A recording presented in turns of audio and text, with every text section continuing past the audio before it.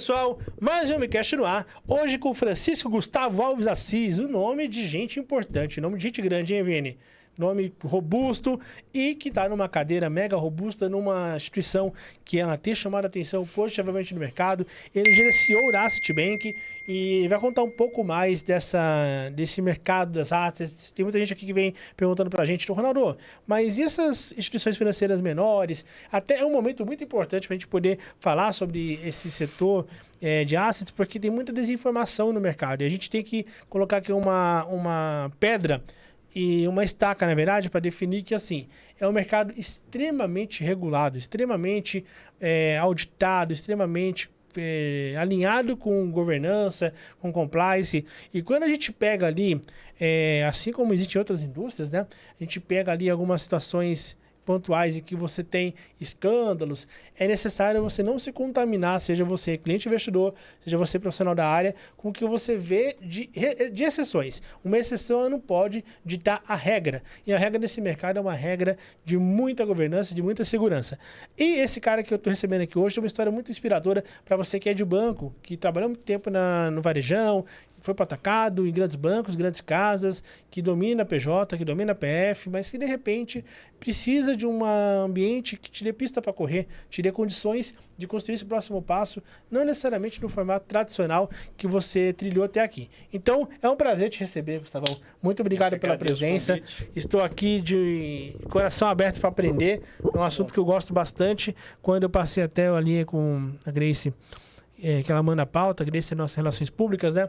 Eu falo, Grace, é o tipo de conteúdo que eu gosto de aprender e eu saio daqui bugado. Eu recebi há 3 semanas um cara também que trabalha com Fiagro, numa gestora de Goiás, e eu falei, pô, saí daqui, meu irmão, cabeça se estralando, que é tudo muito... É muito maior do que a gente imagina, né? O mercado é muito gigante, assim... E ao mesmo tempo ele é novo, né? Ele é novo, é novo. Estamos no começo ainda da história. Não vou falar que é um mercado embrionário, mas incipiente, mas é um mercado que ainda tem muito a desenvolver, né? E vamos lá. Antes de falar da Asset Bank, eu quero falar um pouco do Gustavo. Então, construção. Primeiro, eu sou Ronaldo Levi. Pô, meu nome é... Minha mãe queria colocar um nome bíblico, meu pai queria colocar um nome não bíblico, e aí saiu essa geleia. Francisco Gustavo. Você prefere Francisco para a família, para o trabalho? Qual que é a tua preferência? Por hábito, Gustavo, né? Gustavo. Meu pai era Francisco, então para não dar conflito em casa... então ficou a mesma linha. Ficou Gustavo para mim. Eu só sou Levi na minha casa porque meu pai é Ronaldo, mas assim, de resto, todo mundo chama Ronaldo. Então, Gustavão, vamos lá. Primeiro, né, parabenizar você pela tua história em banco. Você passou ali por uma jornada muito densa de quantos anos? De 15 anos. Mais que 15 anos. Um pouquinho mais. Pelo Santander. Anos, quase. E você conheceu muito bem, né? Passando por Marília, Araraquara, Franca, regiões muito fortes, né? Sim. Interior paulista. E você construiu uma história em banco. E eu quero que você conte um pouco do que você aprendeu e como foi a tua motivação para, ao sair de um bancão, você não querer voltar para outro bancão, que acaba sendo natural. A gente falou agora há pouco, né? Para quem vem, principalmente de Bradesco, Itaú e Santander. Fala um pouco pra gente, sua motivação. Ótimo. Bom, como você disse, eu tive uma experiência muito profunda e para mim importante dentro do banco, mercado financeiro. Majoritariamente ela foi no Banco Santander. E ali dentro do banco eu tive a oportunidade de conviver praticamente, falando-se de varejo e até mesmo atacado, praticamente todas as áreas, né? Atuei no banco numa época em que a segmentação da maneira como nós vemos hoje, ela não era tão latente, né? Então, dentro do ambiente de agência, nós atendíamos do small, a padaria, a pequena farmácia, aos grandes grupos, né? Exemplo, não era delineada, né? Não era. Eu peguei essa época, sem te interromper. Cara, era uma loucura. Hoje o pessoal reclama de segmentação, na época era uma salada, né? Você via ali, era junto, né? Era a financeira do banco, era o Van Gogh, que na época não tinha ainda Select. Não tinha preferencial. Era o clássico varejo, tinha PJ, tinha tudo. Era uma salada, né? E hoje melhorou bastante. Para quem está ainda no ambiente de agência, acho que assim, principalmente para o cliente que consome esse serviço, melhorou bastante a experiência. Mas lá atrás, poxa, eu deixei o banco em 2019. Eu fiquei quase 18 anos lá. Ao mesmo tempo que você tinha esse desafio, mas era importante por uma questão de aprendizado. Então, a gente atendia de A a Z, tanto no público pessoa física quanto no jurídica. E eu passei em ambiente de agência, tanto quanto gestão de carteira, mas também gestor de agência. Fiz, inclusive, parte de um projeto do banco na época, que era unificar todos os segmentos de um único. Então, eu tive uma visão de chegar a ter debaixo da gente na gestão quase 70 profissionais. Mas também atuei no ambiente de diretoria executiva, numa época que o banco ele rompia estados, né? A gente tinha uma gestão que saía do estado de São Paulo, que era centralizada em Rio Preto, e até Uberlândia, ali no Triângulo Mineiro. Época boa, conhecimento. Mas lá atrás, Ronaldo, a gente já enxergava um movimento no banco de mudança, que é o que a gente enxerga, a gente já verifica hoje, né? O banco, da maneira como se fazia banco, do atendimento do cliente, essa condição de atender a todos já não ficava mais de pé. E existia já esse processo de mudança, de diminuição da quantidade de pessoas, de derivação para uma mudança estrutural no banco e no mercado junto, né? Completamente, exatamente. O mercado exigia isso. O próprio cliente, né? Um atendimento mais qualificado, um tempo de resposta menor. E eu sentia que naquele momento a minha contribuição dentro daquele formato de negócio ela já tinha chegado ao fim. E eu tinha muito interesse de conhecer outras áreas do mercado financeiro. Até então, restrito ao negócio de varejo e atacado, mas dentro daquele modelo de agência e diretoria regional. E lá atrás, até por essa vivência no Santander, amigos de trabalho, que viraram amigos ao longo do tempo, já havia feito a transição no intuito de buscar aquilo mesmo que eu gostaria, que era empreender. Era usar a experiência, todo esse conhecimento, toda essa relação de negócio, mas também toda a parte profissional dentro do mercado financeiro. Para empreender. E empreender de certa forma, obviamente dentro do ramo.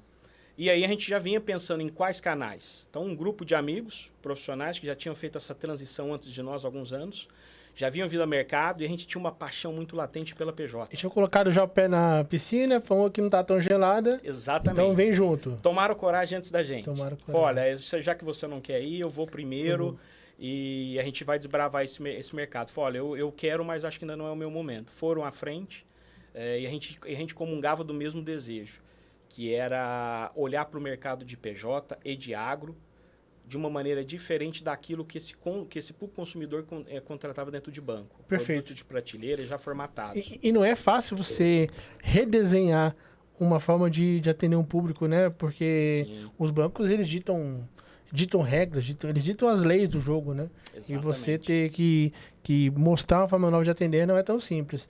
E quando você começou a amadurecer, eu quero até que você faça para mim dê um conselho para quem está hoje nos acompanhando, porque eu tenho convicção, tá? Não é que eu tenho impressão, convicção. Hoje, quem mais tem dificuldade de tomar decisão no mercado é o gerente geral, é o líder de loja, é o pessoal que está gerente de plataforma, são os líderes do varejo. Na minha percepção, Gustavão, existem 3 pontos. Primeiro, que é uma insegurança, que toda mudança traz insegurança, né? Natural. Só que tem ali uma falta de conhecimento básico sobre o que o mercado faz fora da agência. Aquela chamada bolha. E as pessoas elas ficam muito restritas. É uma bolha. Então, o que acontece? Ela está reclamando de ser gerente geral. A solução para ela é virar gerente geral em outro banco. Não vai mudar muita coisa. Vai ser elas por elas. Vai mudar a cor de crachá. Você troca de problema, você não resolve, né? Porque a questão é estrutural. E tem para mim também um pouco do desencorajamento do próprio banco que fica colocando para a pessoa ali que, olha, lá fora as coisas não são fáceis, tal. Como que foi essa construção? Exato. Envolvendo família? Você se preparou financeiramente? Qual foi o teu plano de ação para fazer uma transição saudável nessa saída? Ronaldo, perfeito. Acho que assim, olhando para o mundo corporativo, depois de alguns anos inserido neles, a própria instituição te vende o argumento de que o mundo é aquele, restrito àquilo e você é bom para aquele cenário. E aí, de certa forma, o profissional ele não pode se acomodar. E há um comodismo na classe bancária, isso é fato. É uma crítica construtiva, porque eu estive inserida nela, em sair dessa bolha por vontade própria. E entender como o mercado funciona, entender essa transição. Então, acho que esse incômodo, poxa, eu faço a mesma coisa, eu vou trocar de vermelho para o laranja, do laranja para o azul, eu vou sair do S para o I, enfim, que é natural quando isso para mim está tudo bem, mas eu acho que a troca de cargo de instituição para instituição ela não te tira daquela zona de conforto e não te dá uma visão de futuro. Isso é fato. E a gente já enxergou que cargos que lá atrás tinham uma relevância no mercado financeiro, uma importância, inclusive financeiramente falando, hoje já não segue essa linha. E aí, de novo, eu acho que o profissional, aquele que já é experimentado, já está há bastante tempo, ele precisa, de certa forma, se preparar para isso. Primeiro, o que brilha os olhos dele? Poxa, eu me vejo fazendo o quê, dado a experiência que eu já adquiri? Qual nicho de mercado eu acho que eu posso contribuir e buscar um pouco mais? Se qualifique. O qualificar é conhecer, buscar informação, estudar, que eu acho que é um ponto importantíssimo. E aqui, eu sou um grande entusiasta do trabalho de vocês. Obrigado, Gustavo. Que é Obrigado levar o conhecimento, é disruptar o mercado, é provocar esse profissional. Falar, cara, eu posso mais. Eu acho que o técnico, conhecimento técnico, aliado ao comercial, aquela capacidade de venda, ela é importantíssima. E aí, obviamente, uma conversa muito importante com a família. Eu acho que isso é válido, se preparar financeiramente para a transição, principalmente se você for no campo do empreendimento, do empreendedorismo, porque nem sempre você vai ter aquela largada sob o ponto de vista financeiro de momento. Se prepara para isso, busque pessoas contigo que estão imbuídas nesse mesmo intuito. Acho que sozinho é uma empreitada difícil. E coragem. Acho que é preciso coragem. Você tocou no ponto principal. Porque assim, risco você corre em qualquer momento. Qualquer momento. Tem que atravessar para tomar um café agora no Rio do Mate, que tem aqui no outro lado, a gente corre risco. Exatamente. Você tá pelado enfim. E o risco, ele é o que faz as pessoas ficarem naquela zona... Vou nem falar zona de conforto, é uma zona de desconforto, que é mais complexo. Completamente. As pessoas elas não estão confortáveis no varejo muitas vezes, e elas estão presas. E eu recebi no direct do Instagram um tempo atrás, Gustavo, um cara, eu entendo, pai de 3 filhos, e você fala, cara, a responsabilidade dele é muito grande. O cara Gigante, tem, né? 3 filhos, esposa, e o cara não pode se aventurar, fazer uma loucura. Mas ele teve uma proposta para ele é um cara que é gerente geral, um cara que vem de PJ, muito já parrudo de mercado, e veio um escritório. O escritório de investimentos, ele é empreender, porque você entra como sócio, mesmo Exato. que seja 001. Na condição dele, ainda vinha com uma ajuda de custo por um período bacana, de 1 ano e meio, uma estrutura legal. E na hora que ele foi evoluir essa conversa, um banco, cara, colocou ele assim, reduziu ele ao pó. Ele falou, cara, não posso sair daqui, porque aqui lá fora vai ser... Então, querer correr riscos... Cultura do medo. Querer correr riscos é um dos... vou falar assim, pré-requisitos, talvez, para você poder Exato. fazer algo. E a gente entende plenamente. O cara tem 3 filhos, o cara não pode sair fazendo loucura. Exato. Só que o cara também tem que se estruturar e entender que tem alguns convites que fazem sentido. Um cara não estava saindo com a mão na frente e outra atrás. O cara já tinha Tem uma segurança. uma bagagem muito grande de mercado. Mas eu tenho certeza que quando você saiu lá atrás, muitos te chamaram de louco, né? Para você Bastante. empreender. Principalmente quando você não quer voltar ao banco, você quer continuar Sim. uma jornada. E você vem empreender também num mercado, num momento que não estava nada fácil, né? Assim, se veio pandemia, veio tudo. Sim. Como que foi a estruturação da Asset Bank? Eu quero que você traga uma janela agora de 19 para cá, quando você já... Foi 19, né, que você começou a... Isso, eu vim para o grupo em 2019, ele já existia antes. Então, assim, quando você tomou a decisão de ir para a Asset Bank, qual foi o choque que você teve e como que foi a construção da Asset no meio de um mercado voraz, em que muitos ficaram pelo caminho e vocês, Exato. pelo contrário, cresceram e estão ali com ótimas expectativas. E também aproveitando, você poderia contar hoje qual que é o portfólio, quem que a Asset Bank atende no final do dia? Ela atende a pessoa física, é o público private, é wealth, é empresas, é mercado de capitais, é mercado de dívida para o agronegócio. Conta um pouco o que compõe todo o portfólio da Asset Bank. Ótimo. Acho que assim, o ponto importante para os 3 primeiros, eu falo para eles que eles foram os desbravadores que começaram a operação, que Quem decidiram colocou o pé sair, na água. colocaram o pé na água e falaram, olha, vamos para frente, recurso próprio, capitalização de anos para viver esse sonho. Todos vieram do banco. Todos. Os 3. Todos eles tiveram 2 experiência profunda no Santander, inclusive um advindo do Banco Real, Sudameris, executivo. Um deles, ele experimentou praticamente todos os bancos privados do país. E aí foi empreender. Foi empreender os 3. Ou seja, Quando eles começaram... ninguém nasceu ontem, né? Não, exatamente. Começaram com recurso próprio, diluíram o patrimônio e acreditaram na operação. Erraram no começo, que é natural, mas eu digo que eles tiveram muita coragem, porque entraram no mercado e, de novo, os bancos hoje estão na mão de 5 bancos no mercado de crédito no país. 76% do mercado está na mão deles. Na mão de 5 Você imagina em 2012, 2013, começar uma operação que era inicialmente direcionada a fomentar crédito para esses grupos empresariais, para clientes que até então nós tínhamos uma relação... No mercado menos regulado, com menos instrumento, segurança jurídica muito maior para execução no ativo. Ninguém conhecia FDIC, pouquíssimos conheciam o estrutura de FDIC. A operação nasce em um FDIC proprietário, no padrão do monocedente monossacado, que é o mais tradicional. A ideia inicialmente era fomentar esses clientes como uma segunda opção além do banco, com uma expertise que nós tínhamos não só na concessão do crédito, mas o acompanhamento do risco. Uma parceria de orientar esse empresário, olha, a melhor linha de crédito, o melhor consumo. Extremamente corajosos, a operação prosperou. Vindo pandemia, essa operação estava muito bem estruturada sob o ponto de vista desse fundo, esse FDIC pioneiro, para atender esse fomento. E a pandemia, quando para muitos foi um choque, foi uma preocupação, para nós, e aí de novo, o grupo controlador extremamente visionário, foi oportunidade.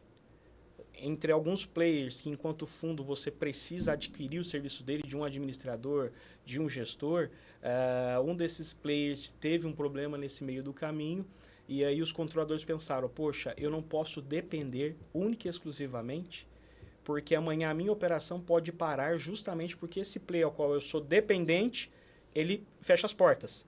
Como você disse, os fundos hoje são extremamente regulados. Nós temos a CVM regulando, nós temos a Ambima autorregulando. Quando eu falo de administrador fiduciário, eu tenho o Bacen também. Então, é um mercado muito exigente. E aí, os controladores pensaram, poxa, acho que nessa escassez de serviços, e aí já falando um pouco da história do grupo Asset Bank, a escassez de serviços com prestadores de serviços, administradores fiduciários, custodiantes e gestoras, no mercado de FDICs, que é muito distinto de um fundo que compra títulos públicos ou ações, vamos constituir uma. Então, na pandemia, nasce o desejo de constituir o grupo uma gestora, e aí vem a Asset Bank Management, e uma distribuidora de títulos e valores imobiliários, uma DTVM, que custodiante, e aí uma DTVM. E aí, quando você estrutura todo o portfólio, você fica todo um player completo. Exatamente. E é muito curioso, porque exige muita coragem. É coragem de começar e coragem de ir num cenário... Vamos lembrar aqui que no meio da pandemia ninguém sabia o que ia ser daqui a 2 dias, 3 dias. E esses caras estão colocando dinheiro, vocês estão colocando dinheiro, colocando energia por um negócio incerto, né? Empreender é isso, né? Completamente. E nessa mudança em que vocês passam a ter assim, um outro papel, jogar um outro jogo, como que foi também para vocês ali no aspecto regulatório? Foi muito difícil se enquadrar para conseguir operar, porque, como a gente bem colocou aqui, é importante, pessoal, esse recado, porque tem muita gente, vamos lá, uma coisa é muito fácil eu usar o termo banco, asset, e por aí, colocar um site, só que hoje eu vejo, até estava vendo curiosamente no final de semana, um vídeo com 4, 5... pirâmides e, cara, umas coisas assim. Cara, gente, basicamente, olha, é regulado? Não é regulado? Não entra. Usou o termo retorno garantido? Cara, esquece. A gente tá falando. Eu visito o FDIC todo mês ali. Cara, são empresas que elas estão assim, mas muitas vezes mais reguladas que banco até. Né? E você vê o que as pessoas elas que são muito gananciosas, tem o cliente investidor, tem a empresa que vai fazer alguma operação, que elas acabam na ânsia em querer ganhar demais ou querer ali gastar de menos, se enfiando em enroscada porque não fizeram ali o trabalho de diligência básico, né? Então, assim, é um mercado que ele é extremamente regulado. A gente recebe o tempo todo, pessoal, mas, gente, pessoal de banco, muito tempo, que recebe convite de uma asset, tem medo, porque, não sei como é. Gente, olha, a regulação desse mercado aqui é uma regulação que ela é absurda. Se tem alguém que não é regulado, essa pessoa está fora da linha. Ela está fora. Investidor, você não pode pôr dinheiro onde não tem. Então, você vê, não existe ali uns retornos assim, mirabolantes, cara, 6%, 7%, 8% garantido. Tem gente aí com um tempo de banco... razoável, né? Suficiente para não entrar em pegadinha. Fiquei sabendo de uma operação de atacado de um banco, Gustavo, em que um colega colega que meu, inclusive, ele disse que 10, 15 pessoas ficaram 2 anos ali, de forma escondida, porque não queriam Sim. que o banco soubesse que investindo de parte do salário que eles tinham do banco, num negócio, num fundo. Cara, e o fundo remunerava 4, era 6% ao mês. E aí, pô, cara, pessoal tudo de banco, cara. O pessoal de banco já tá caro. Como? Assim, aí vai lá, primeiro, não, mas eles pagam, estão pagando. Aí, pô, cara, o começo você vai ter. E aí, o que aconteceu que os 15 tomaram um nabo e, pô, não podem se expor porque fizeram Sim. escondido do banco. Assume o prejuízo. Cara, assim, uma questão, assim, pô, terrível. Assim, tem muita inocência, né, na hora de tomar decisões com dinheiro. O mercado brasileiro, fora de banco, né, aí falando das assets, das ETVMs, das corretoras, ele é extremamente rigoroso.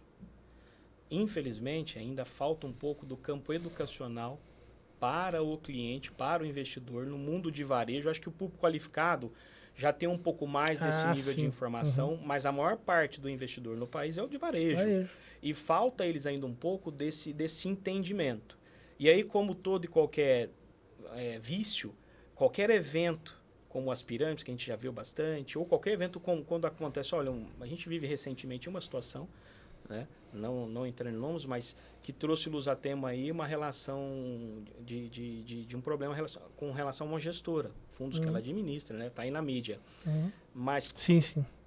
Quando a gente avalia a quantidade de fundos que estão citados versus a quantidade de fundos hoje na indústria, nós temos quase 3.600 FDICs hoje orientados a atuar. Nós temos 40 fundos que foram citados e nem todos são FDICs.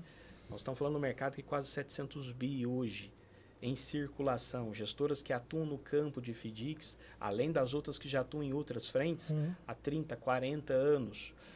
Olhando para o nosso nicho, eu recebo pedidos de informações da Anbima, que é um autorregulador, semanalmente. E isso para nós é um espetáculo, porque ela me dá condição de eu informar a ela o que eu estou fazendo sob luz do regulamento que ela me validou a construção. Então, quando a gente tem a oportunidade de levar essa informação para o cliente, e deixar claro para ele que o recurso dele no banco, no mercado financeiro bancário ou numa asset de maneira direta é tão seguro quanto. Aliás, nós temos o mesmo nível de regulação, até mais, do que os bancos. Os bancos estão consolidados. Sim. Por isso que não precisam provar tanto todo o tempo. Quando eu caminho inverso, e é natural que seja, poxa, vamos lá, vamos acompanhar mais de perto, em algum momento a gente deixa um pouco mais tranquilo. Mas é a questão da informação, é a questão do conhecimento. Acho que chega muito pouco, né? Acho que o trabalho das corretoras, nesses últimos 20 anos, tem sido muito importante no ambiente do B2C, do B2B, do advisor, de levar esse nível de informação fora de banco, produto bancário, e abrir a cabeça do cliente. Mas, infelizmente, ainda há essas pegadinhas e pessoas que você menos imagina acabam caindo no conto. Não tem jeito. E hoje o portfólio da Asset Bank é muito completo, né? Então, você trouxe que veio da TVM, veio a Asset Management, e aí você tem hoje uma casa que ela é muito robusta e que ela faz ali, enfim, ela consegue atender um cliente corporativo em 360. Hoje, qual que é o portfólio? Tem mercado de capitais, e inclusive, me fala um pouco também, assim, como que você enxerga os estímulos, o que o cenário atual de juros altos, por exemplo, fez em relação a incentivo às empresas buscarem uma solução de mercado de capitais? Qual que é a sua visão desse mercado de crédito com uma Selic 15%? Ótimo. Primeiro ponto. A Asset hoje ela está direcionada no mercado de capitais em algumas frentes. O nosso DNA principal, levar o crédito estruturado, crédito corporativo, a grupos empresariais via FDIC. E aí, quando eu falo via FDIC, nós temos a expertise de colocar o produto de pé, de ponta a ponta, e fazê-lo funcionar. Que é diferente eu constituir um fundo e entregar a um grupo empresarial, esse fundo vai ser o FDIC dele, Perfeito. vai adquirir recebíveis, mas ele não sabe como ele faz para começar, aonde ele extrai valor desse negócio. Perfeito. Então, nós pegamos o trabalho educacional da construção e acompanhamos esse fundo ad eterno. Então, ele não tem fim. Então, a Asset hoje faz a parte de gestão. Dentro do grupo, nós temos a DTVM, que é a Zoom DTVM, que faz a parte de administração e custódia, banco liquidante. Perfeito. A gente complementa isso.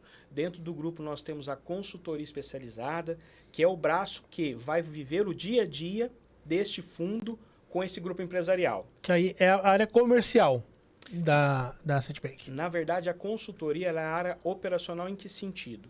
Tá. Colocamos um fundo dentro de um grupo empresarial. Esse fundo vai passar a partir de amanhã. Legal. Pegar os recebíveis dele, o contas a receber deles. Em vez de levar para o banco e antecipar no banco, ele vai fazer dentro do próprio fundo. Ele está acostumado a colocar os recebíveis no IB, no Internet Banking, e usar o recurso. Como ele faz isso no FDIC? A consultoria faz justamente esse processo. Excelente. E aí tem a figura do gerente comercial que está a campo buscando negócio. Nós temos um banker, que é profissionais que vieram do mercado de corporate middle, Legal. que faziam esse processo para bancos, levar esse cliente para o banco, hoje ele traz para dentro da asset. E ele tem um papel importante, não é só na originação do fundo, ele acompanha o tempo de vida. Já que estamos falando de um crédito corporativo, a gente tem que acompanhar a saúde financeira dessa empresa. Muito se fala, né, que quando, para esse tipo de negócio, o crédito, ele começa quando ele é concedido, né? Ao contrário que no varejo as pessoas entendem, não. Quando concedeu, acabou o meu compromisso. Não, aqui é diferente, quando começa, né? Exatamente. Então, vocês atendem hoje tudo, basicamente, como o banco atende no olhar de um FDIC, né? Para essas empresas de middle e corporate também. Middle, corporate. E agronegócio. Agronegócio também. Então, dentro da cadeia multissetorial, indústria, comércio, serviço, e dentro do agronegócio, nós temos capacidade de atender 100% da operação. Que legal, que fantástico. 100%. Então, assim, eu tenho FDICs que nasceram com um PL de 3 milhões de reais para a operação ficar de pé, para que nós pudéssemos mostrar valor para esse grupo empresarial. Hoje esse FDIC tem 150 milhões. Legal. E caminhando para 200, 300. Você criou um trial ali para poder, Exato. a partir disso... Exatamente. E um ponto, hoje qual que é o tamanho da asset em relação a pessoas? Hoje, como que é o time de vendas, que é o comercial, então você que está hoje num banco, gente, eu falo de coração, abra uma mente, assim como o Gustavo abriu lá atrás para empreender, você precisa conhecer, porque eu conheço muita gente que saiu de banco, que mudou de realidade financeira absurdamente. Em 6, 7 anos, trabalhando através de casas como a Citibank, e tem outras, muitas. Então, assim, hoje, se essa pessoa que está nos acompanhando tiver interesse em trabalhar na Citibank, tem oportunidade para ela, para o agro, para quem é de middle, corporate, fala um pouquinho. Temos espaço. Temos uma outra frente que eu vou abrir ela também. Legal. Olhando para o grupo como um todo. Hoje nós temos mais de 80 profissionais. Legal. Que estão direcionados nessas áreas. Corpo jurídico, corpo de crédito, corpo da consultoria, gestão, compliance, risco, que é o básico necessário para uma operação rodar. Todos eles atuando. Nós temos a equipe de bankers, os comerciais hoje estão direcionados aos bankers, que atuam na prospecção de novos fundos de investimento, novos FDICs. Legal. Nós temos uma área, a parte que a área ela é a jovem, nós estamos quase 2 anos construindo essa área, que é a nossa área de Wealth Services. Legal, excelente. Nós olhamos muito ao mercado. Fala um pouco para quem não conhece, o que faz uma área de Wealth Services? Perfeito. Que aí agora está completíssimo o portfólio, né? Completo.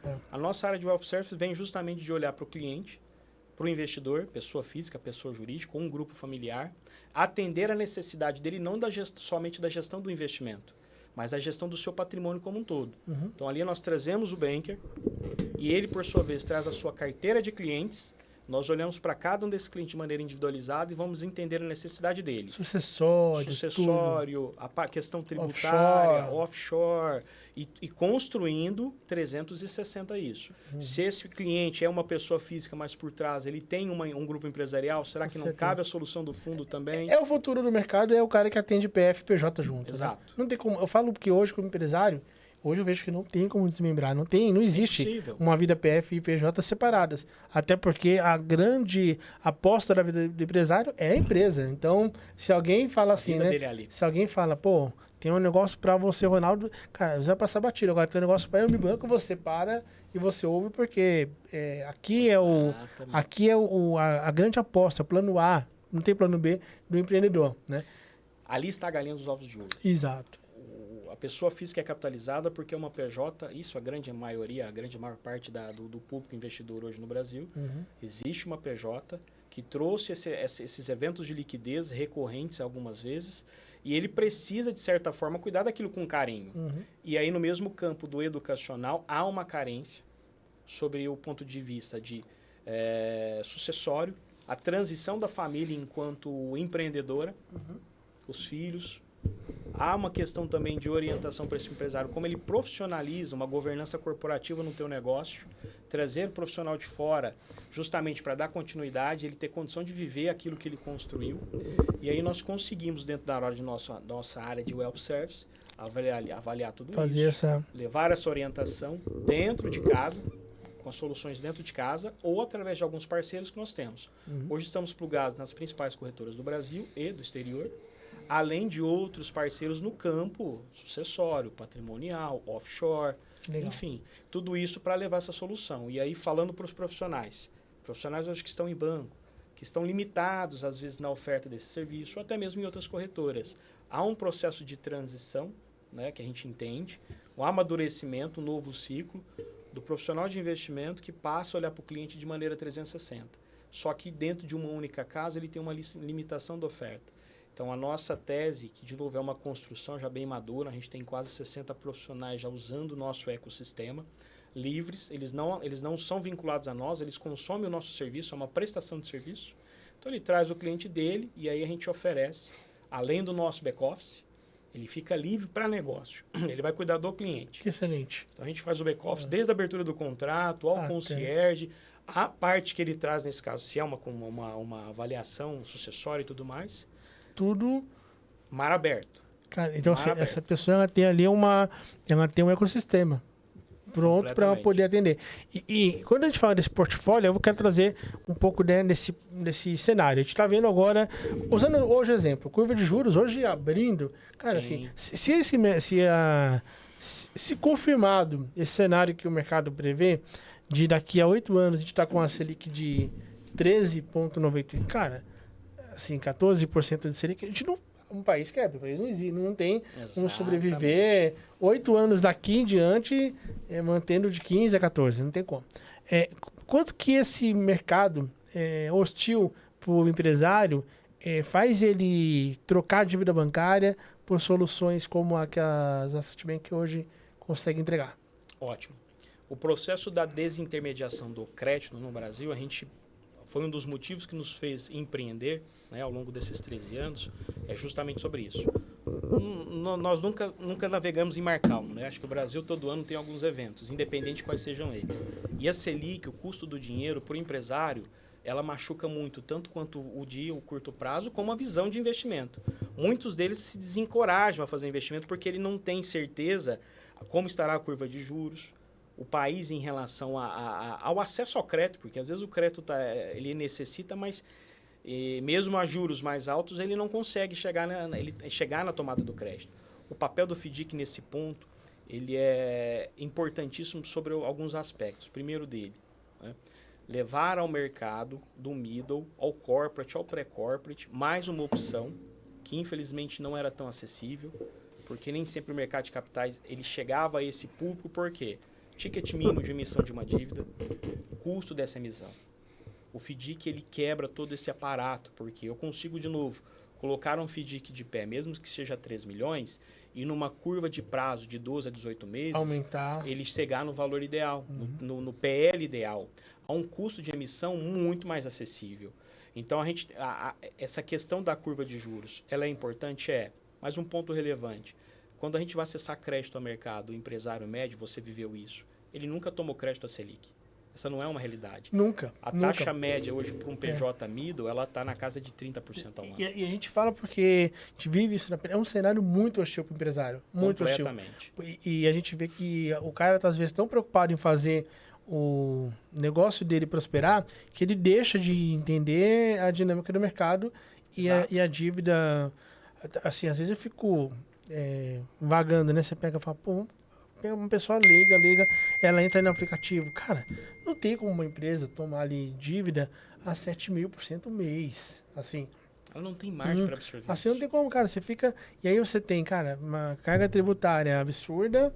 Exato. As pessoas. Então, cara, segurança, né, vai sufocando o empreendedor. Então, por isso que é importante entender. E é tão legal, digamos. É correto falar que de repente teve ali uma. Como que eu posso explicar?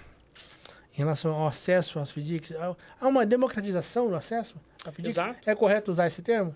Mas é exatamente isso. Os FDICs eram instrumentos utilizados muito no mundo do GBM, né, do Global Bank Market, ou grandes grupos. Hoje não.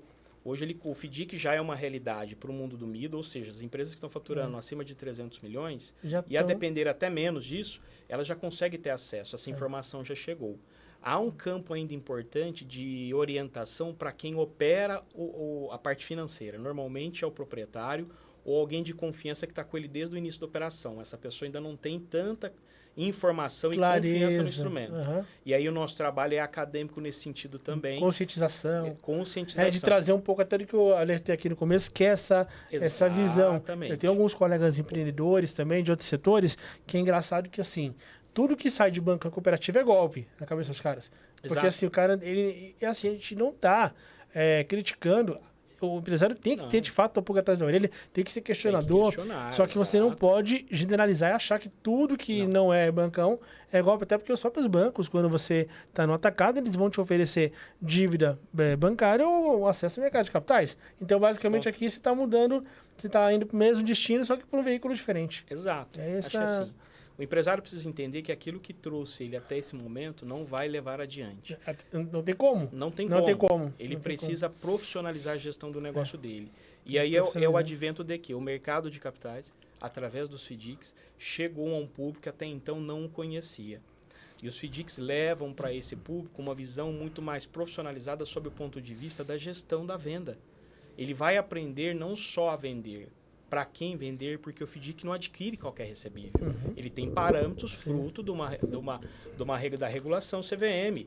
E aquilo, uma vez construído dentro do regulamento do fundo, ela é respeitado, o papel da consultoria. Exatamente. Ou seja, são muitas camadas de regulação e de cuidados, não somente pela esfera legal, mas também internamente você tem um cuidado, uma governança muito firme para poder atender esse cliente. E aí a gente consegue levar para ele esse ponto de vista da gestão do recebível de maneira profunda e genuína.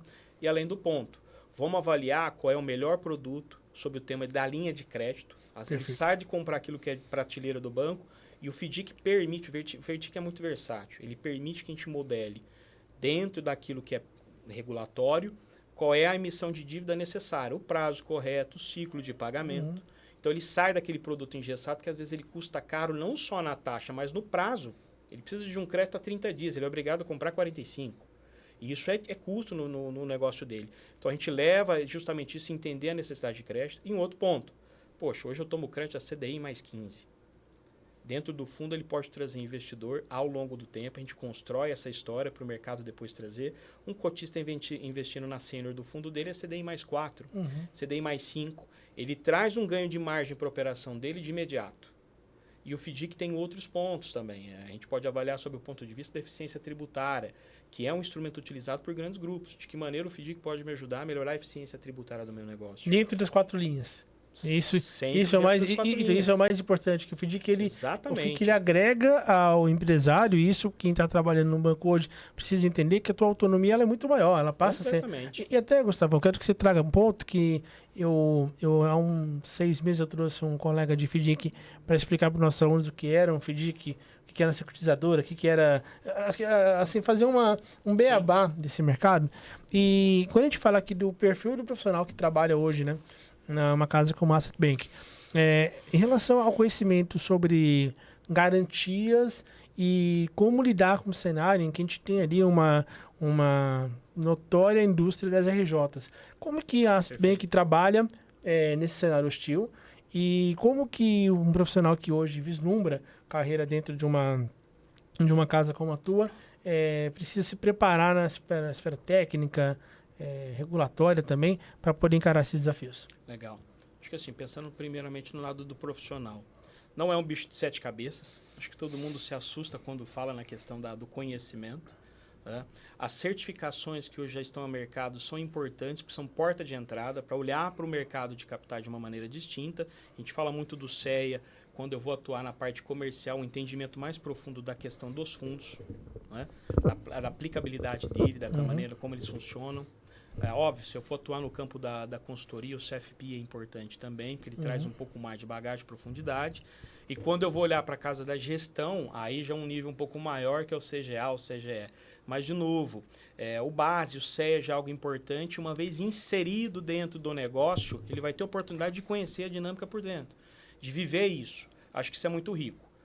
Dentro de uma asset, de uma gestora, dentro de uma DTVM, mesmo que eu esteja no campo comercial, levando a oferta dos fundos ou levando a oferta do Wealth Services, ali dentro, uma vez, a gente tem essa condição de levar o mercado de capitais de uma maneira muito mais prática e distinta. Legal. Olhando para o mundo das RJs, e aí é uma preocupação ao mercado, os bancos retraíram crédito, inadimplência crescendo, escassez, exigências de garantia. No mundo dos FDICs é uma preocupação, óbvio, mas para nós também é uma oportunidade. Nós vemos hoje algumas empresas tomando a decisão da RJ por falta de oportunidade de fomentar o seu negócio e até mesmo de orientação. Nós tivemos casos específicos e caminham muito bem, estava à beira de uma RJ e o fundo salvou essa empresa. Primeiro ponto, por quê? O FDIC, na sua grande maioria, ela vai adquirir recebíveis performados. O que é isso?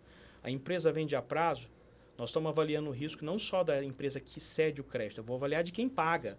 E na sua grande maioria, quem paga o crédito não está em RJ. Então, eu estou adquirindo um recebível de alta qualidade, cujo sacado possui histórico de pagamento, e aí a gente consegue aferir isso. Sobre um ponto jurídico que eu posso adquirir esse serviço tranquilamente, porque essa mercadoria foi entregue, esse serviço foi prestado, e eu consigo confirmar isso antes de que o fundo adquira. Então, eu vou entender o ciclo dessa empresa que está aos pés de fazer uma RJ. Você mitiga muito o risco nessa... Completamente. Perfeito. É uma mitigação não só, nesse caso, são vários sacados. Ou seja, essa cessão desse crédito para essa empresa que está sem fôlego, porque ela veio numa sucessão, às vezes, não só de problema no mercado que ela está inserido, mas até mesmo de decisões equivocadas com crédito. Um custo de uma dívida muito maior. E o FDIC traz para ela, de certa forma, no primeiro momento, uma diminuição do custo da dívida. Um alongamento saudável. Que o empresário, isso daí tem um peso gigantesco. E aí, você trazendo aqui para a gente, o resultado disso aqui é o que saiu aqui na GFeed. Inclusive, uma bela matéria, acompanho muito tudo que traz, né, que eles trazem no portal deles. Aqui, vamos lá. Essa datada aqui do dia 21/8, agora bem recente, tá? Com mais FDICs e Fiagros, a Asset Bank quer quintuplicar a atuação no agro em um ano. Gestora com sede em Araraquara, já tem 12 fundos voltados ao agro e projeta salto de 400 milhões para até 6 bilhões até 2027. Vamos lá. Aqui, quando a gente pega uma notícia dessa, os números são muito robustos. Qual que é a estratégia hoje para poder alcançar um número desse? E falando do agro em especial, a gente vê ali, por exemplo, né, a despeito do Banco do Brasil, um cenário extremamente hostil. Sim. A gente vê um cenário que acredito eu, ninguém esperava há 3, 4 anos atrás, mas a gente teve ali, né, o produtor rural se alavancando, tomando dívida, trabalhando com o melhor dos cenários possíveis, e aí ele não se uma quebra de safra, um aumento de Selic, qualquer fator que com a corda muito esticada, Exato. a gente vê ali um cenário agora muito hostil de inadimplência, né? Como crescer no mercado que tem ali enfrentado desafios, mas que, por outro lado, não deixa de ser gigante e é o protagonista da nossa economia. É redundante falar, né, da representatividade do setor do agronegócio, da agroindústria no PIB brasileiro, no mercado brasileiro, no mundo como um todo. É redundante falar da resiliência e do caráter sob o ponto de vista da honra do crédito adquirido pelo produtor rural. Ele é muito fidedigno com aquilo que ele assume. Mas, de certa forma, também, é uma leitura de mercado. De novo, nós estamos inseridos no agronegócio, estamos no interior do estado de São Paulo e hoje nós já temos clientes, parceiros espalhados pelos principais estados onde nós temos uma presença de agro muito forte, levando para ele justamente uma análise mais profunda daquilo que vai atender a necessidade dele. Primeiro ponto, é o que a gente desmistifica muito. O produtor foi acostumado que o crédito tem que ser barato. Primeiro ponto, o crédito tem que ser aquele que atende a necessidade dele no momento certo. Então, a gente vê aí todo ano aquela expectativa do plano safra vai sair, quanto vai sair, qual é o custo. e no final do dia, a maior parte desses produtores se frustram porque o recurso sequer chega a ser liberado, dadas as exigências para a tomada desse recurso. Então, a gente tem falado muito isso ao longo desses últimos anos. Produtor, qual é a linha de crédito que você precisa? Vamos entender o seu ciclo, a cultura que você está inserido, vamos avaliar garantias, qual é a melhor opção, se realmente precisa de um crédito tão dilatado assim de prazo, será que fazer ele faseado e algumas vezes ele vai perceber que ele não precisa de todo aquele valor ou de tanta extensão de prazo. E aí sim, modular algo que, independente do custo, que obviamente não vai acompanhar a Selic, não vai acompanhar o crédito subsidiado, mas vai estar enquadrado dentro da expectativa e do prazo do negócio dele. Né? E o que acontece muito, o produtor fica aguardando os planos safras da vida, os créditos subsidiados, que não vêm na velocidade ou nem de perto atendem a necessidade do crédito dele. E ele se vale de tomar linhas de crédito mais caras. Ele vai no banco e toma uma conta garantida. Sendo que ela é um dinheiro muito caro para a cultura dele. Então, assim, de novo, há uma curva de inadimplência, a gente está acompanhando isso com o Banco do Brasil, obviamente, mas dentro do nosso negócio, algumas premissas são importantes. Né? Primeiro ponto, nós não somos banqueiro de ninguém. O nosso trabalho é entrar no produtor rural sendo um parceiro, complementando o crédito que ele necessita e levando um crédito que é solução para ele, não um problema. Não é um problema. Nós acompanhamos esse produtor, para você ter uma ideia hoje, nós temos ligação com produtores rurais que ainda não tomaram crédito conosco. E mesmo assim nós acompanhamos o ciclo de safra dele, nós levamos algumas soluções para ele. Está junto deles ali a todo momento. Nós acompanhamos, até porque, de novo, o crédito está nascendo antes e depois, é aquilo que a gente falou recentemente. Então nós acompanhamos esse ciclo e aí, obviamente, de alguma maneira abre a porta. Isso tem acontecido ao longo desse ano. Essa dilatação de valores, como nós dissemos, isso já está dentro de casa. Produtores que estão espalhados pelo país em regiões distintas.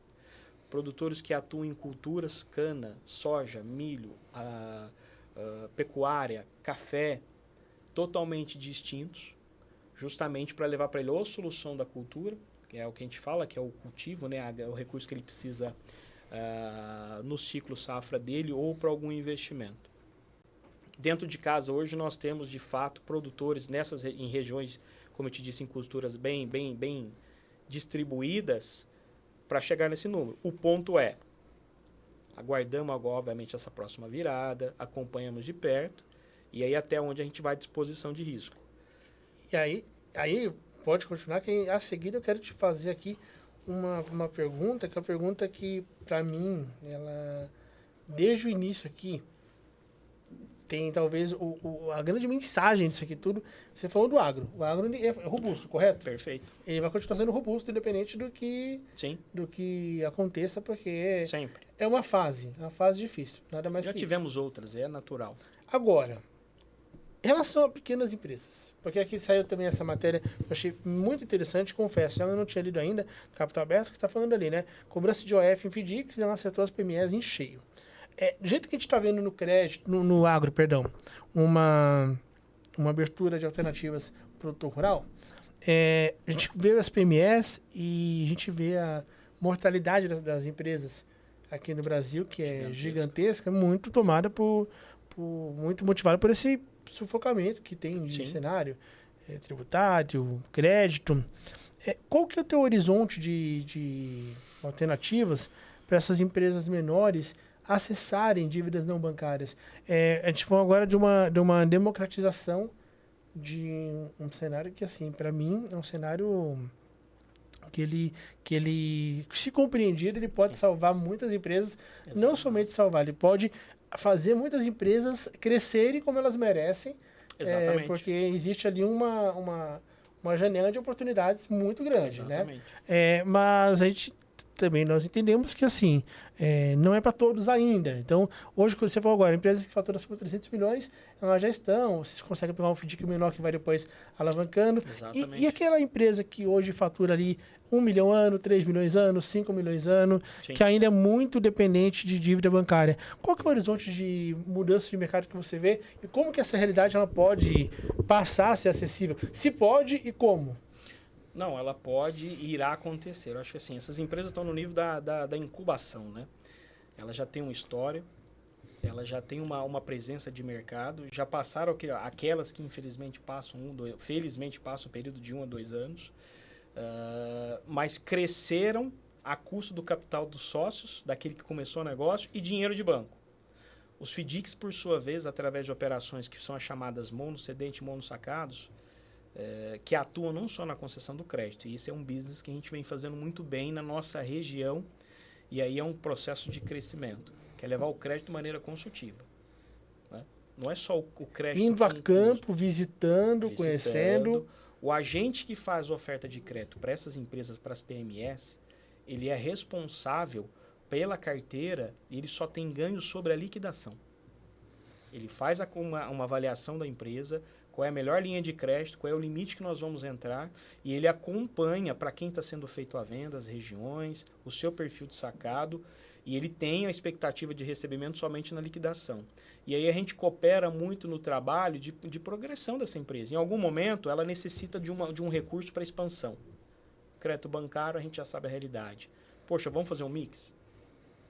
Você me traz uma parcela semanal, eu diluo um pouco do teu recebível, então você toma um crédito alongado, que a princípio no mercado seria um crédito clean, aval, caríssimo, mas eu trago ele dentro do teu fluxo de caixa, numa expectativa de custo muito menor, sem você ficar preocupado com aquela PMT pesada dentro do teu negócio.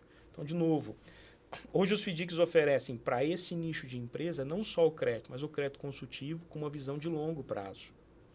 Qual é o benefício dele? Então, esse é um ponto.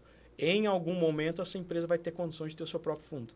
E aí, você talvez esteja falando também de um novo desenho do setor financeiro. Exato. Porque essas empresas elas passam a depender menos de banco. Muito menos. Aqui, você vê que... Você coloca no Google, por exemplo, cara, o que tem de notícia de FDIC de 4 anos para cá, 3 anos para cá, é uma coisa absurda. Então, assim, na verdade, a gente está vendo um redesenho desse setor e você acredita que, inclusive, né, vamos lá, a gente está vendo um horizonte, talvez ali algumas casas falam de 11,5%, 12% de Selic no final de Exato. 2026. Tem também aqui o fator eleições, que no ano que vem deve fazer muito preço, curva de juros, mas pelo visto, que nas tuas palavras, você não enxerga que uma redução de Selic vai arrefecer o apetite das empresas em conhecer FDIC. Pelo contrário, elas podem querer se encorajar mais a investir, a buscar, exatamente, a capitalizar. Então, qual que é a tua percepção em relação ao que vem pela frente num cenário incerto como o nosso? Olhando para o mercado, como a gente viveu dentro de banco quase 2 décadas e agora inserido no mercado de capitais, a Selic nunca foi um fator de redução de taxa de juros no curto prazo para o tomador, tanto pessoa física, tanto quanto as empresas. Os bancos nunca reduziram o custo do crédito de imediato, de maneira expressiva com a queda da Selic. O inverso é verdadeiro. Então, primeiro ponto, a gente desmistifica isso. Sempre falando para o tomador, independente se é da agroindústria ou se é do micro pequeno empresário, do grande empresário. Primeiro, desenhe o crédito que vai te trazer solução, que é aquele crédito necessário para o teu negócio. No segundo ponto, vamos avaliar qual é o melhor custo possível para encaixá-lo. Então, assim, de novo, no negócio de FDICs, isso é algo que já é consumado para as assets. Nós, obviamente, o aumento de Selic é preocupante, porque a gente sabe que dentro do negócio dessas empresas, os agentes se valem também dela como uma referência, mas mais do que isso, quem está na economia, no middle, no marketing, enfim, ele não está acostumado a tomar esse crédito. O que preocupa não é nem mesmo o custo do dinheiro, é a escassez dele ou a burocracia para acessá-lo. Então, isso para nós é um ponto já pacificado. E aí, dentro disso, é mais continuar esse processo de conseguir entrar dentro dessa empresa, ter acesso às informações, porque às vezes nós temos algumas barreiras. Poxa, mas eu vou abrir meu contas a receber, meu contas a pagar, minha parte fiscal. Pô, mas será que você vai ter alguma abertura de informação que vai me deixar exposto? Não, calma. A minha ideia aqui é te apoiar. Até porque senão eu não consigo te levar crédito. A tendência é haver uma relação enfermo e médico. Perfeitamente isso. Em que há ali sigilo, há ali confiança e há Exatamente. uma necessidade de clareza total, porque para tomada de decisão ela tem que ser muito alimentada de informações. Exatamente. Tem aqui pra gente caminhar, cara, um papo muito bom. Gustavão, eu separei uma matéria aqui da CNN em que ela traz exatamente isso que você colocou da redução do intermediário, né? Então a gente está falando do mercado que hoje ali caminha 75% a 76% do crédito na mão de 5 bancos. É uma coisa bem insana, né? Quando a gente olha, por exemplo, Nubank, é um grande banco, cara, um grande case, né? Se tornou um grande case. Exatamente. O Banco Digital, a gente vê outro, BTG crescendo muito, mas assim, são empresas que elas têm um apetite de crédito diferente do que tem ali Sim, Caixa, Banco do sim. Brasil, Bradesco e tal, e Santander. E junto com esse redesenho, com essa democratização, a gente entende que daqui a 10 anos esse número talvez esteja bem menor, né? Sim. Esse número, salvo engano, se eu tiver de 2015, 14, ele batia 81, 82%. Então, há uma redução já, Natural. que ela é uma redução pequena, mas que ela é muito significativa, de 6 base points. A gente está falando aí, talvez, vamos lá, talvez daqui a 10 anos esteja 60%, 65%, que o mercado ele se transforma, só que a gente sabe do poder e da questão cultural dos grandes bancos, mas o mercado vai mudando. Então, para quem trabalha também nesse segmento, principalmente de middle market, acho que o Brasil é middle, né? O corporate, ele... A ponta da pirâmide. A empresa do corporate ela é muito bem atendida, ela tem Exato. exceções. Agora, o middle, ele tem menos governança, o middle tem mais dificuldade Exatamente. de acesso, ele sofre com custo de capital alto. Então, a gente tem um mercado extremamente atrativo para quem trabalha hoje na PJ Varejo, middle market de grandes bancos e que querem fazer uma carreira Sim. mais independente, com mais autonomia, e que ela não deve em nada à atratividade em relação aos bancos. Pelo contrário, Exatamente. talvez ali o que haja de convite é você refletir, como o Gustavo fez lá atrás na carreira dele, e entender que o próximo passo da tua vida não necessariamente, assim como ele falou que o empresário, quando ele chega numa etapa de maturidade da empresa, o próximo passo dele não necessariamente vai ser dado igual o passo anterior que trouxe até onde ele está. Sim. Na carreira também a gente não necessariamente vai ter que seguir uma estratégia que foi a estratégia que nos trouxe até aqui. Inclusive, a chance de você se frustrar fazendo a mesma coisa do que você fez, muito maior. ela é muito grande. É muito maior. É muito grande. Eu acho que assim, olhando para este lado, coragem, mas mais do que isso, acho que as gerações que estão sucedendo as nossas, né, tem muito imediatismo do resultado. Você falou tudo. Esse mercado, ele há que se ter uma visão de médio e longo. É uma construção. Ele vai te entregar as suas expectativas com relação ao ganho financeiro, ao sentimento de, poxa, eu tomei a decisão correta, eu estou realizado profissionalmente, ele virá, sem sombra de dúvidas. Mas há que se ter a consciência de que isso é médio prazo, é uma construção. Nós estamos aí, o grupo há 13 anos, eu estou na metade do caminho com eles, nós estamos no começo dessa história. A desintermediação do crédito no Brasil, ela começa, ela está engatinhando, mas ela é um fato, né? Essa proporção 75%, ela vai reduzir. Mas quando a gente fala de crédito corporativo, crédito privado, não existe saltos. Isso é um perigo, é uma construção. Existem muitas assets que estão direcionando a sua vocação agora para o crédito privado, via FDICs, porque enxergaram isso, e ok, mas elas também entendem que é um processo de construção da sua equipe, construção do seu entendimento de como adquirir esse negócio, como eu acompanho a vida desse crédito, o feeling, né? Isso é importantíssimo. Não é Isso não é do dia para noite. Não é do dia para noite. Se você tem que ter vivido, tem que ter na tua equipe. Então, assim, lá atrás, e aí eu vou te falar de experiência própria, poxa, mas você veio do mercado bancário, você não é do mercado de assets. Hoje, a experiência que nós adquirimos dentro de assets já é relevante para esse negócio. Por quê? A gente viveu essa gestão do crédito, né? E eu acredito muito, e aí ouvindo grandes players do mercado, que já estão há 20 anos fazendo FDICs, que é natural. Quando a gente olha para o mercado americano, esse processo da participação do mercado de capitais em crédito privado, ele já passa de 30%. Caramba. E nós estamos falando do mercado americano. Já 30%? é bem mais maduro, 30%. Caramba. Então, assim, só que é uma construção, são décadas. São profissionais... Hoje no que Brasil, tem Nossa. percentual? Nós estamos a 7%.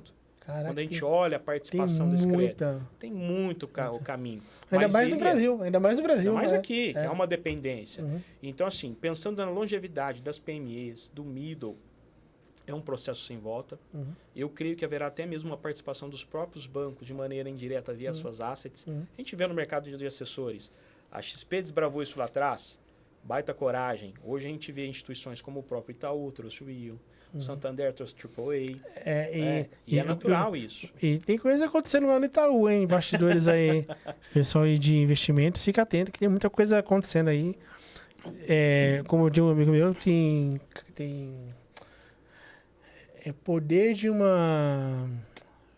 movimentação de placas tectônicas assim no mercado. Literalmente. Quando fala de Itaú, né? Então tem muita coisa boa aí para acontecer para quem é do Itaú, né? Para concorrência talvez em tanto aí no ano que vem. Então, que bacana. Gustavo, cara, que show de bola. Foi um conteúdo assim leve. A gente gosta de trazer isso aqui na visão mais carreira e também na visão negocial. A gente consegue fazer um mix sem muitos como amarra. Eu gosto desse bate-papo aqui, mas mesa de boteco, né? Ótimo. Com água aqui, no caso, mas assim, uma conversa mais leve. Parabéns pela tua história. Aqui na descrição do vídeo também, Gu, o Vini coloca, tá? Tanto o LinkedIn do Gustavo, quanto também as redes sociais da Asset Bank. Agradecer, então, todos que nos permitiram aqui construir mais um episódio aqui com o Gustavo do nosso Homecast, e agradecer e parabenizar você pela ousadia também de empreender no ambiente que muita gente ali fala, mas poucas querem correr riscos. Então, parabéns. Eu não tenho dúvida que eu estou aqui frente a frente com um cara que daqui a 2, 3 anos ainda vai estar muito maior do que já é. E aqui o que eu puder fazer, a escola puder fazer também para que isso se cumpra, tá? Pode contar muito com a gente. Parabéns pela tua história. Obrigado, meu caro. Te agradeço o convite. E assim, vamos juntos desbravando, acho que trazendo outras oportunidades para o mercado, né? Formando pessoas, que eu acho que esse é o caminho. Nós temos 2 frentes para esse negócio: educação e tecnologia. Sem ela, a gente não vai adiante. Para o investidor é bom, para o tomador é bom, para o profissional da área é muito bom. Então, são portas abertas de mercado que todo mundo deve conhecer. Tá bom? Obrigado mais uma vez, tá? Um abraço. Deus abençoe grandemente a trajetória na Asset Bank. Você que nos acompanha, obrigado mais uma vez pelo teu prestígio. Aproveitando, se inscreve aqui no canal. Deixa nos comentários pessoas, temas que você quer ver aqui debatido. E na semana que vem, no mesmo bate-horário, bate-canal, tem mais um Homecast aqui pra vocês. Estamos juntos. Valeu!